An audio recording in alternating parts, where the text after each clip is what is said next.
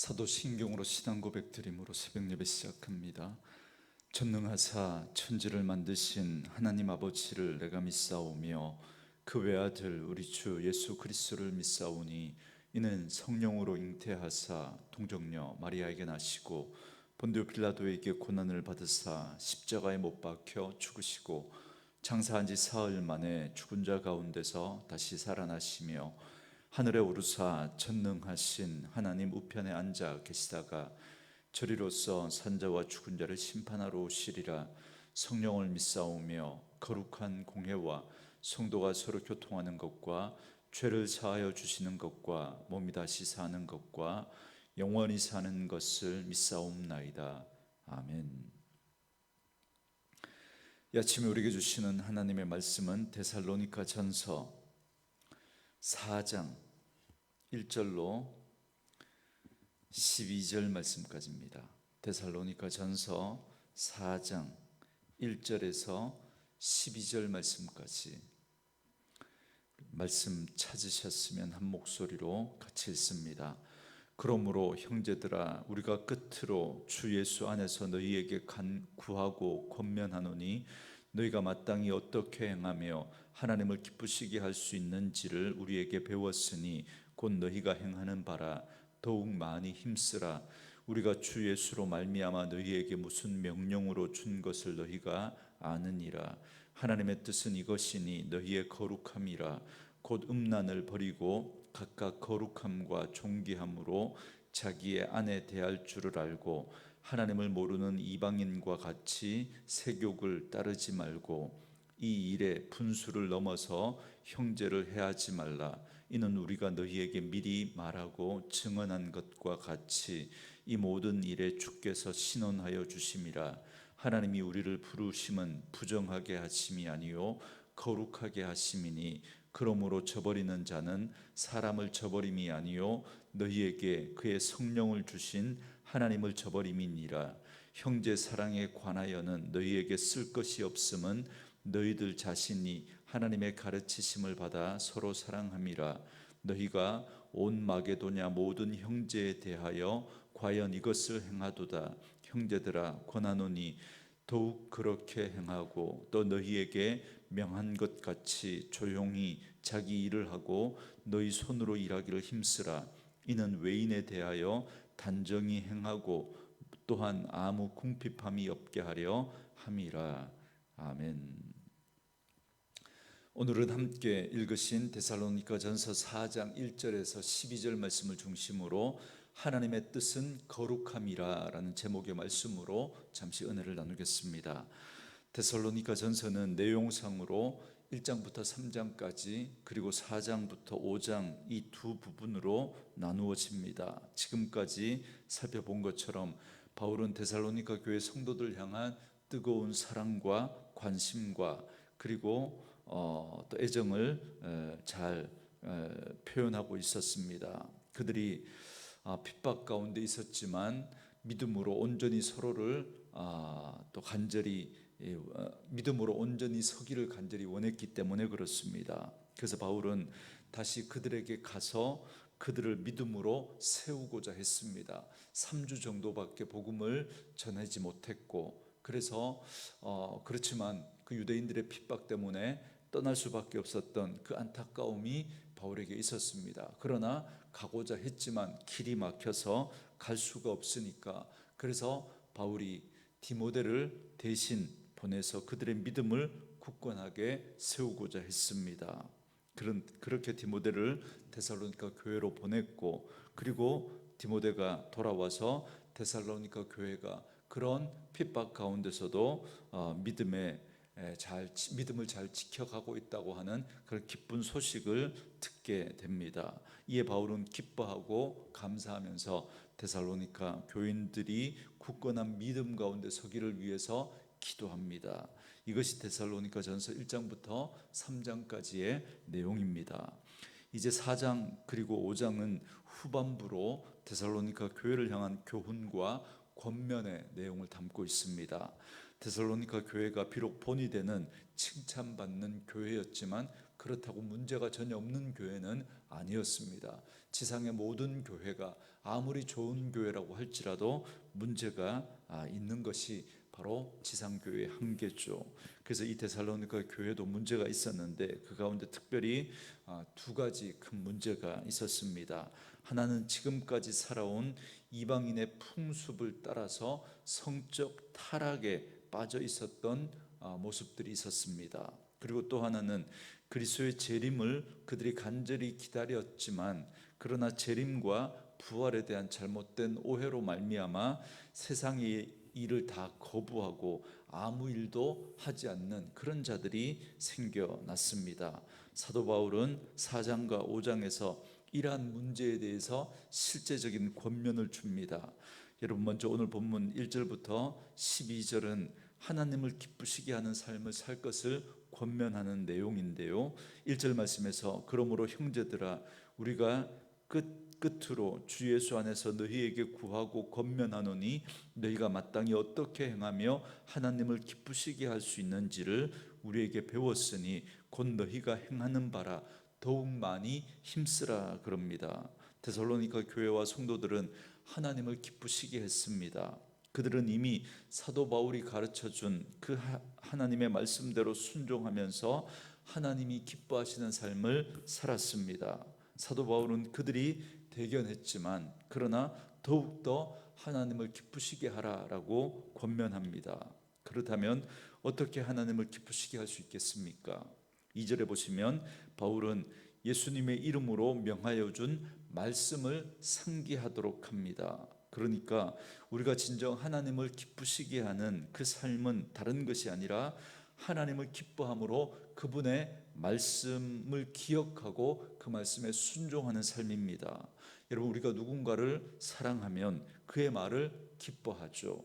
그리고 그가 한 말대로 우리는 살아가려고 합니다. 그래서 우리가 하나님을 사랑하게 되면 이제부터 그분의 뜻을 기뻐하게 되고, 그래서 그분이 하신 그 말씀을 우리가 기억하고 그 말씀대로 살고 싶은 마음이 우리 안에 생기는 겁니다. 바로 이것이 하나님을 기쁘시게 하는 일이 될 것이라고 사도 바울이 말하고 있는 겁니다. 그렇다면 그 하나님의 뜻은 무엇이겠습니까? 먼저는 성적 순결을 지키는 것입니다. 3절에 보시면 하나님의 뜻은 이것이니 너희의 거룩함이라 그러면서 곧 음란을 버리고 그럽니다. 사도 바울은 하나님의 분명한 뜻은 우리가 하나님의 성품인 거룩을 닮아가는 것이다 라고 말하면서 그 하나님의 거룩을 지켜야 함을 말합니다. 여러분, 우리가 태어나면서부터 죄의 본성을 가지고 우리는 태어납니다.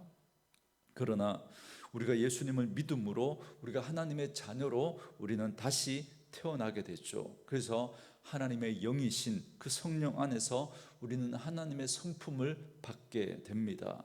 그러나 이 하나님의 성품이 온전히 우리 안에 드러나기 위해서는 주님의 은혜를 의지하는 가운데 많은 훈련과 연단과 시간이 필요합니다. 예수 믿는다고 해서 바로 그렇게 바뀌어지지 않습니다. 그런데 오늘 본문에서 특별히 사도 바울이 이런 거룩한 성품에 이르는 중요한 한 가지 요소로 음행을 지적합니다. 당시 모든 헬라 사회가 그랬지만 데살로니가 교회도 성적 방종이 만연된 도시 위에 세워졌던 교회입니다. 그래서 사도 바울은 믿지 않는 자들과 같은 음란과 부도덕함에 사로잡히지 말라고 분명히 명령하고 있습니다. 그래서 4절 말씀해 보시면 각각 거룩함과 존귀함으로 자기의 아내를 대할 줄 알고 그럽니다. 부부 사이에서도 거룩함과 존중하는 마음으로 상대방을 대할 줄 알아야 한다라는 것입니다. 여러분, 부부 사이라도 자신의 그 정욕만을 위해서 그렇게 상대방을 그렇게 이용한다면 그건 잘못된 거죠. 정욕만을 채우기 위한 그런 관계여서는 안 된다라는 것입니다. 참된 영성이란 이처럼 우리의 일상의 육신 생활과 밀접한 연관이 있음을 말씀해 주고 있습니다. 그래서 5절에 이렇게 말씀합니다.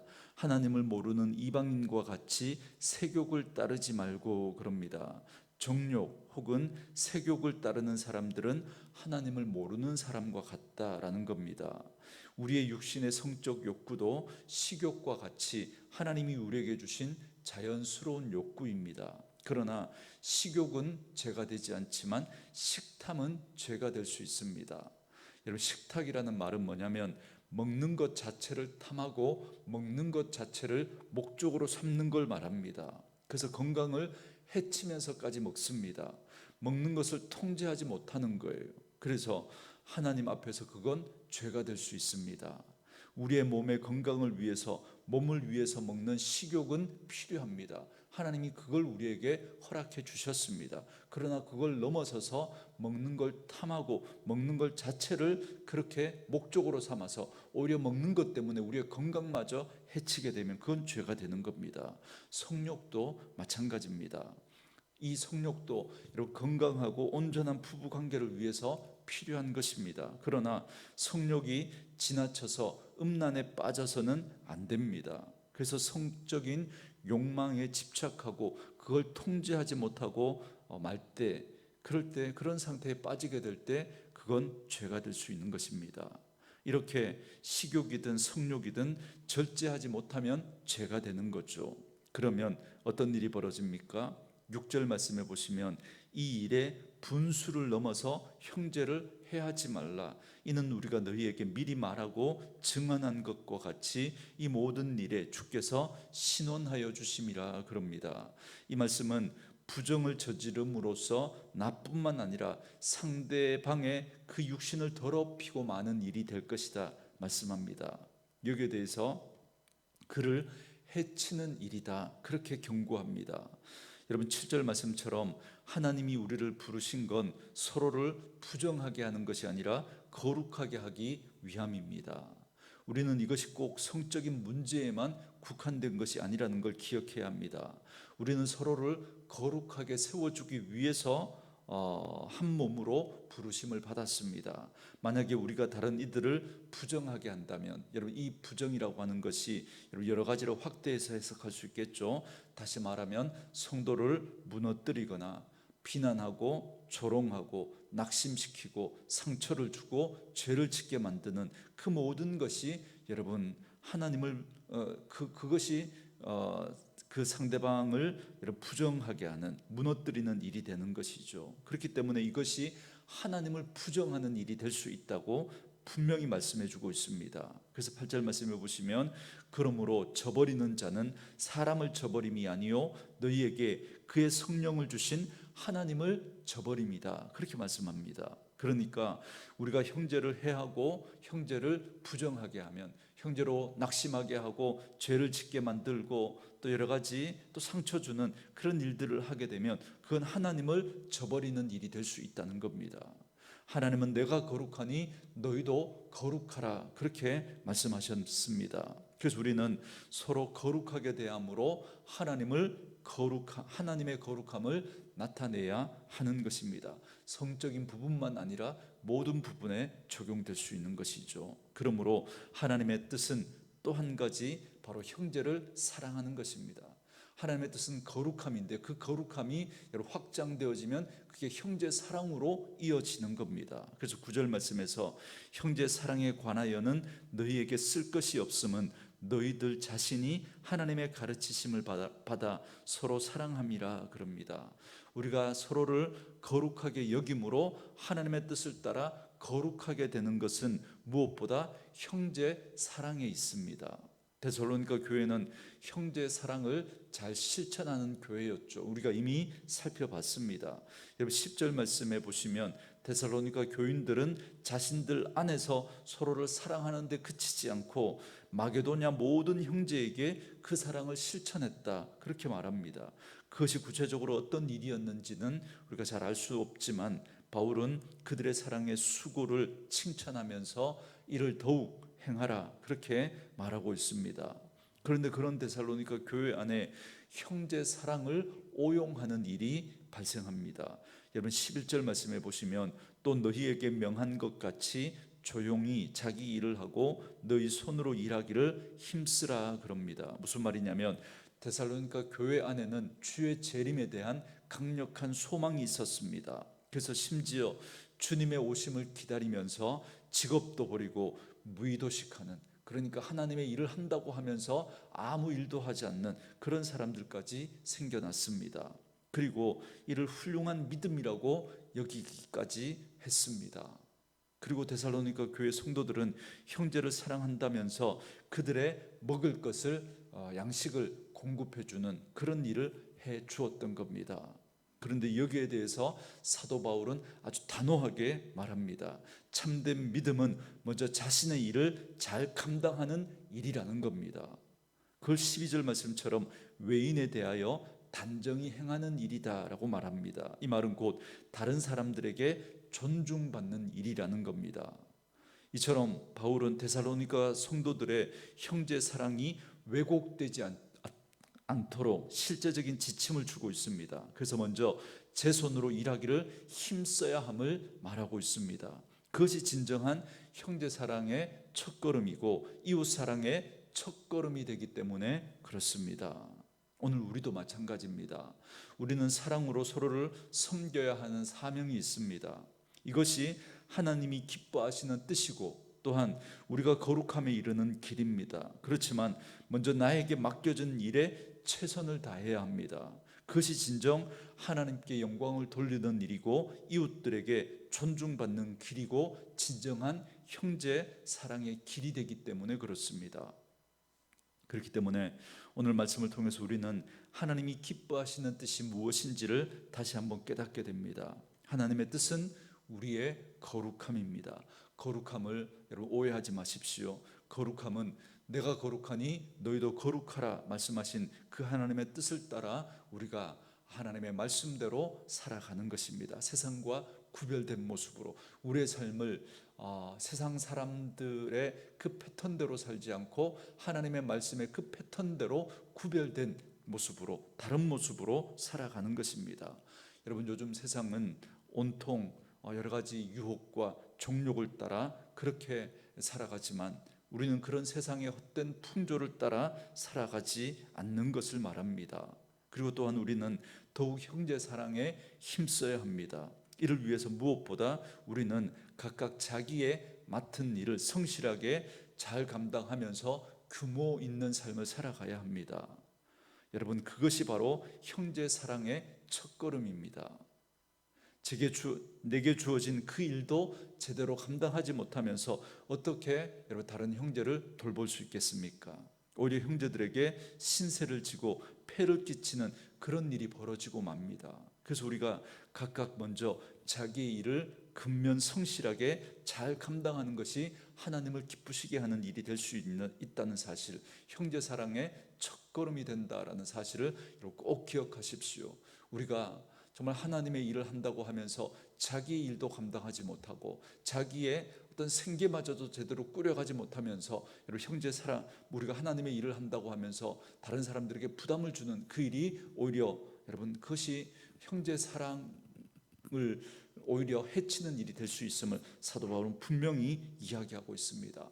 그래서 사도 바울은 오히려 그걸 가지고 비난하는 그런 사람들이 있었기 때문에 자기의 일을 감당하면서 자기가 천막 짓는 그 일을 하면서 다른 사람에게 부담을 주지 않으려고 하면서 그 일을 했던 사도 바울의 모습을 우리가 보지 않습니까? 그러므로 오늘 이 말씀처럼 하나님을 본받아 거룩한 삶을 힘쓰고 형제 사랑을 온전히 실천함으로 하나님의 뜻을 따라 하나님을 기쁘시게 하는 저와 여러분 되어줄 수 있기를 주님의 이름으로 축원합니다. 오늘 주신 말씀 묵상하시면서 이 찬양 함께 들으시며 기도하는 시간 갖겠습니다.